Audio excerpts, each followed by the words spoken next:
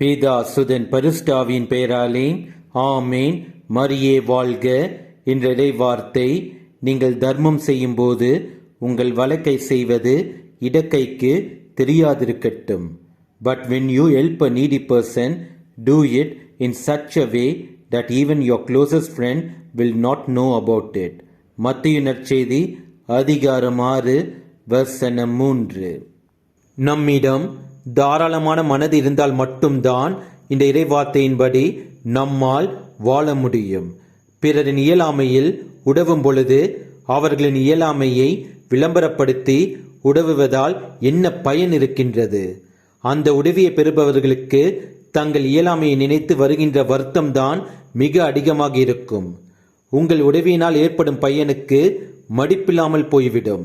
நம்மிடம் தாழ்ச்சி என்ற நற்குணம் இருந்தால்தான் நம்மால் இந்த இறைவார்த்தையின்படி வாழ முடியும். இந்த இறைவார்த்தையின்படி வெளி உலகத்துக்கு மட்டும் வாழ்ந்தால் எந்த பயனும் இல்லை. முதலில் உங்கள் குடும்பத்தில் வாழ முயற்சியுங்கள்.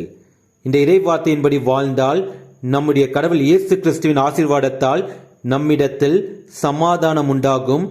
நம்முடைய சமாதானம் நம்முடைய குடும்பத்திலும் சமூகத்திலும் பிரதிபலிக்கும். இயேசுவுக்கே புகழ்.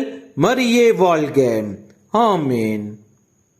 சதா சகாய மாதா, சத்திய தேவதாயே, நின் மக்கள் எங்களுக்காய் மன்றாட வேண்டும் அம்மா. சதா சகாய மாதா, சத்திய தேவதாயே, நின் மக்கள் எங்களுக்காய் மன்றாட வேண்டும் அம்மா.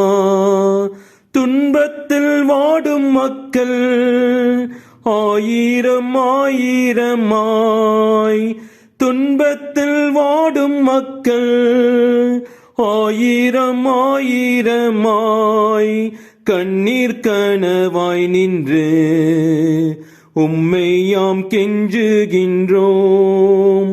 கண்ணீர் கனவாய் நின்று உம்மை யாம் கெஞ்சுகின்றோம். சதா சகாய மாதா, சத்திய தேவதாயே, நின் மக்கள் எங்களுக்காய் மன்றாட வேண்டும் அம்மா.